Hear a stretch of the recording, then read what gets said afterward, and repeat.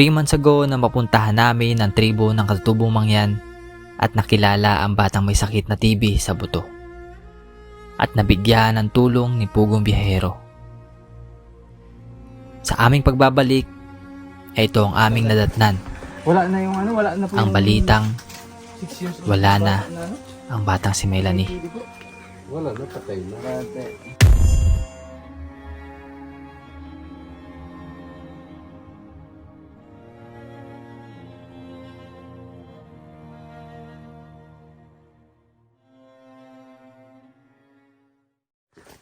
Wala na yung ano, wala na po yung 6 years old na bata na ano.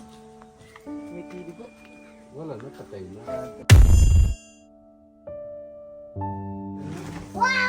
Yung tinulungan po namin, nakaraan. Yun nandun po sa dulo. Udah sila ka meron. Naman ginaw. Saka, kala ko dito pa namatay. Yung Yan. nandun po yung hindi na nakakatayo. Labis ang aking pagkabigla at kalungkutan nang malaman kong wala na ang batang si Melanie. Ang batang isa sa dahilan ng aming pagpunta sa tribo ng mga Katutubong Mangyan. Masakit isipin na ang batang nanatiling buhay sa aming isipan at pagbibigyan ng tulong na ating nalikom ay wala na pala ng ating datnan.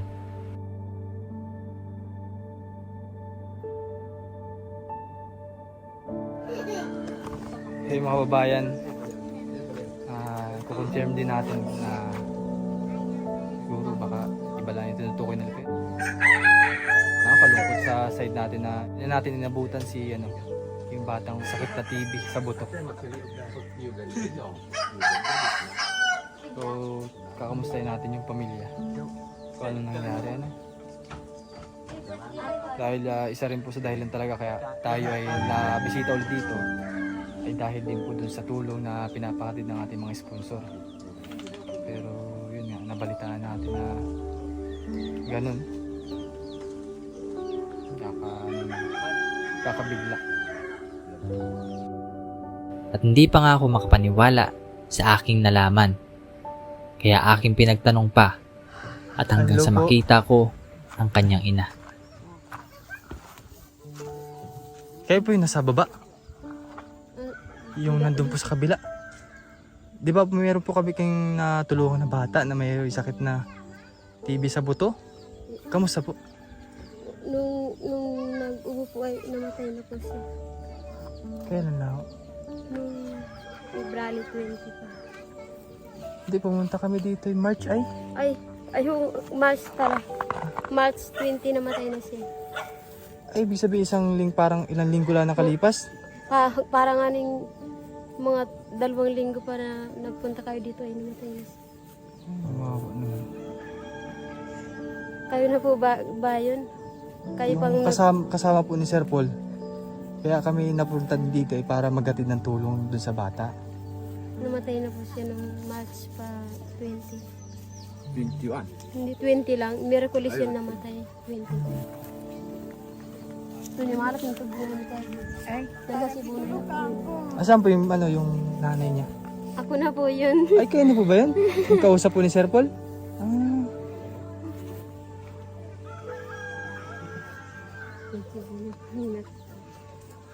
Pero nung nabigyan po kayo ng tulong ni Sir Paul, pina-check up niyo po agad?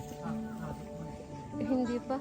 Ay, hindi niyo, Hindi po. hindi po na-check up. Yun po yung nakaupo dun sa kuba, yung hindi po nagsasalita. Yan nga po.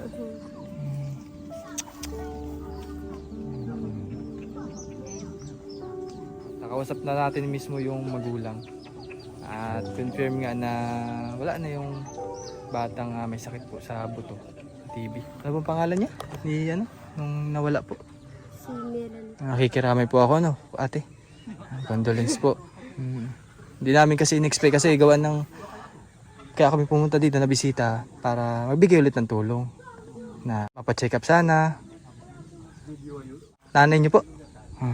Wait lang. Siya po yung nanay ko. Pupuntahan natin yung bahay ni ate. Yung nanay ni Melanie. Yan ang pangalan niyo? Marin po. Mayen? Mayon? Yan, si Ate Mayon. Kamusta po yung bahay niyo? Tapos na? Yung nakaraan mga kababayan, yung punta namin, hindi pa talaga siya ayos. Parang ginagawa pa lamang po baga. So doon po yung bahay nila, oh. Yung Ate Mayon. Sino pong nandyan? Asawa niyo po. Ito po yung anak ninyo. Ilan po ang anak ninyo? 3.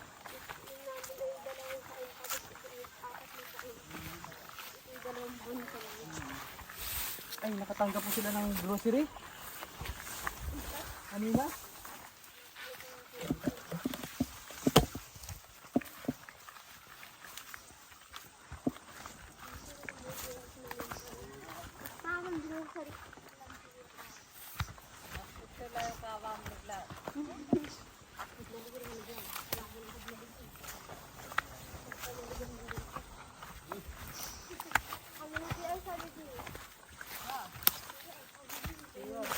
Ito po. Magandang hapon ho. So dito natin nakita mga kababayan yung bata, si Melanie. Nandiyan yung paraan nung pumunta dito si Sir Paul. Ito pong bahay ninyo, no? Tapos na. Tapos na. Yan. Pagdagawa. Dito po yung mga napakita natin yung bahay ni Ate Mayon. Doon po sila mismo nagluluto na rin, no? Ayan. Yan po. Ha? Diyan na po kami nagluluto. Ayan. So ate, ako man ay nalulungkot sa nangyari sa anak mo, no? Kasi expect namin talaga ay maabutan namin dito at para makapagbigay po ng tulong po at mapacheck up sana. Pero yun po inabutan namin, wala na. Yan po. Wala na, matagal na. So ito sana ay para kay Melanie, no? Ito sana ay para kay Melanie. So ikaw na lang bahala kasi meron ka rin namang mga bata pa na inalagaan. Ay, po asawa? Yan ina po. Pagdagawa. Ay, pwede po doon tayo sa loob. Okay lang? Okay lang, pero maraming mga Ay, kalat. ano-ano. Okay lang ako, walang problema pa sa akin. Para hindi ka nahihirapan sa katayo ate. Tara, pasok po tayo din sa bahay natin ngayon. Yeah. Lagi ang minalo itong bukali.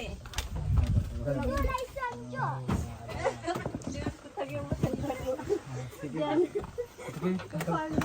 Ang ganda ng kanilang tahanan. Talagang pag ganito po ang tahanan mo, hindi ka makakaramdam ng init. Kuya, dito po kami. Ay, natakot sa akin. Ay, sorry, baby. Sorry. Bye, after ko na. Sorry. Ayun! Kasta de! Ayan, nakapasok tayo dito sa bahay ni Ate May. At, dati kasi nung time na pumunta kami dito, hindi pa ayos po. Ginagawa Wala po pa lamang dingding ito. Wala pang dati. dingding. Ayan. Tapos ngayon meron na. Oo. So ito ate, kayo na pong bahala din eh. So meron po mga ano dito pagkain din at mga pinag-aaral po na bata. Meron na po si Sisa, yung anak ko. Mas panganay pa po dyan. Mas panganay. Taon na. Ilan taon? Yung namatay po. Hindi po yung nag-aaral ngayon. Ayun po, 4 na taon. Apat, nag-aaral pa lamang po. So ito meron po dito mga notebook. Labas natin. Salamat. Mga notebook. Anong pangalan kuya? Si Arman, Kuya Kuya Arman. Arman. Ayan. So ito po ay galing kay Sir Darwin. Kay Sir Oragon. Ayan sir. Talagang nakakabigla din at gawaan ng hindi na po wala natin naabutan yung bata. Siguro nung pumunta kayo dito, may mga ilang linggo pa. Siguro may mga 4 na linggo yan lang. Biglaan din. Sa March 26. So, hindi 20 lang. 26. Siguro Miyerkules. Makaman tayo March. Sa March 20 lang. Miyerkules po namatay yun. Miyerkules. So ibig sabihin, nung pumunta, medyo malakas pa naman siya. Malakas pa po. Ay, parang Ano nangyari? umubo po ng isang... Ubo lang talaga. Oo. At saka hindi man po malala kuya, biglang tumumba lang po sila. Akala namin hindi pa tuluyan mamamatay. Yung ay pero sabi ni Melanie nung tumumba, Papa, buhatin mo ako. wag mo akong pasandalan. Eh di binuhat ng papa niya ay namatay na siya. Nagpabuhat lang siya. Oo. Dati po hindi nagpapabuhat. Ang gusto niya nakasandal mag-isa. So parang nagpapaalam na rin talaga siya, ano? Para nga pong nagpapaalam lang siya. Pinalan natin ay nasa isang magandang paraiso na lang siya at walang nararamdaman sakit, ano? Sabi ko nga po kay Arman, siya ay sobra-sobra na rin ang kanyang pinaghirapan. Hirap, ano? Sabi ko sana maging malaya din siya. Para hindi man siya nahirapan. Ngayon na lang. Mm. Para kahit pa paano ay wala ka na rin makikita ang anak na nahihirapan, ano? Mm. So yung mga babayan at meron tayong ipapaabot na sana ay pang-check up sana at kung ano man po yung kakailanganin sana ni Melanie, pero yun nga, magulang na lang ang inabutan natin dito at iabot na lang natin yung mga tulong na galing sa ating mga sponsor. Yan. So ate, meron pong nagpaabot ng tulong sa anak po ninyo na si Melanie, no? At ito po ay kabuuhan na 10,700.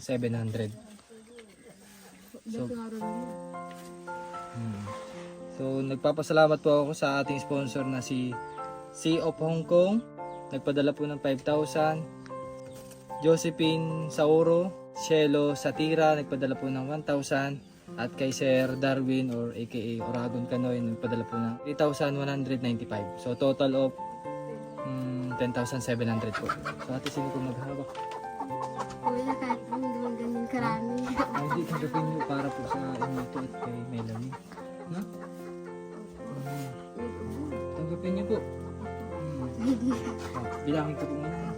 1, 2, 3, 4, 5, 6, 7, 8, 9, 10, 10, 5, 10, 7.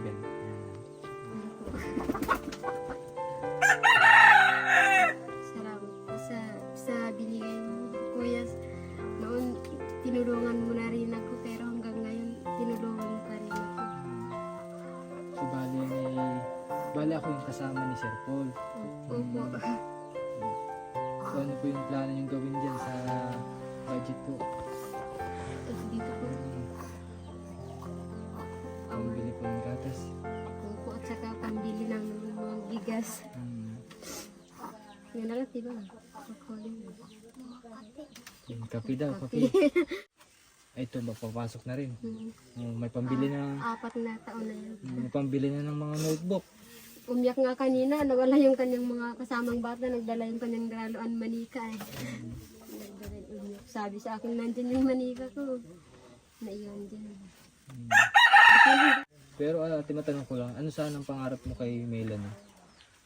Yung pangarap ko sana ay magpapagamot muna dito dahil nung nagpagamot ako galing sa hospital, parang wala akong pagbabago. Kaya sabi May mo gamot na rin po kaya siya. sabi mo nung nakaraan parang nag-herbal siya. Oo. Kaya sabi ko kay Arman, testingin ko muna yung galing dito, yung mga gamot dito sa bundok.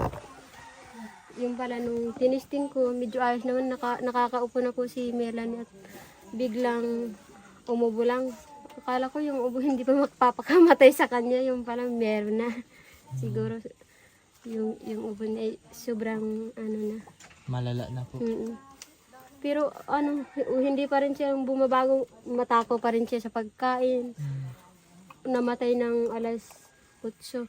Di nag-umagahan kami ng alas 7, kumain pa rin siya. Binili ko ng mga Sprite, tapos yung mga escape lake, yung binili ko, kumain pa siya. Biglang tumumba lang po talaga si Melanie.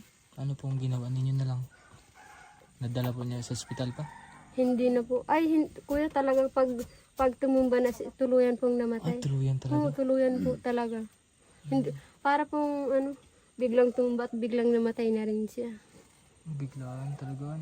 Sabi kay Arman, Papa, ako'y wag mo nang bitawan. Ako'y magpapabuhat sa'yo. Yan lang po ang salita ko kayo na. Siguro yan hindi na rin talaga makahinga, no? Maawa naman. So So gaano kasakit ate na mawalan ka ng isang anak? Medyo masakit pa rin pero kahit masakit wala na magagawa. Tinatanggap mo na lang talaga. Opo. Pakatatag lang po kayo, no? At ilan pong anak ninyo? 4 pa? Opo, 4 po ngayon. Si Atina ito. Si Atina, Tapos si Sisa. Sisa. Tapos ito si Atina. Tapos ito si ito, Gaganda. Lynn. Gaganda ng pangalan mo. At si ano, May 4 pa na supling. may 3 pa. Ay, 4 ang kabuhan pero 3 na lang po ngayon. Dati 4 yung pero ngayon 4 na lang. Ayan. Napakalusog naman ng mga bata, oh. Pero usog. Sige po. At sa mga babayan, maraming salamat po muli sa inyong tulong. Thank you very much din po sa ating sponsor na patuloy na sumusuporta sa atin. At kay Sir Paul, thank you very much din po. So hanggang dito lang muna update natin ngayon sa mga kay Ate Mayon at kay Kay Arman. kay Kuya Arman. Ayan. So sana makabalik po ulit ako dito, ano ate? Opo. So salamat po.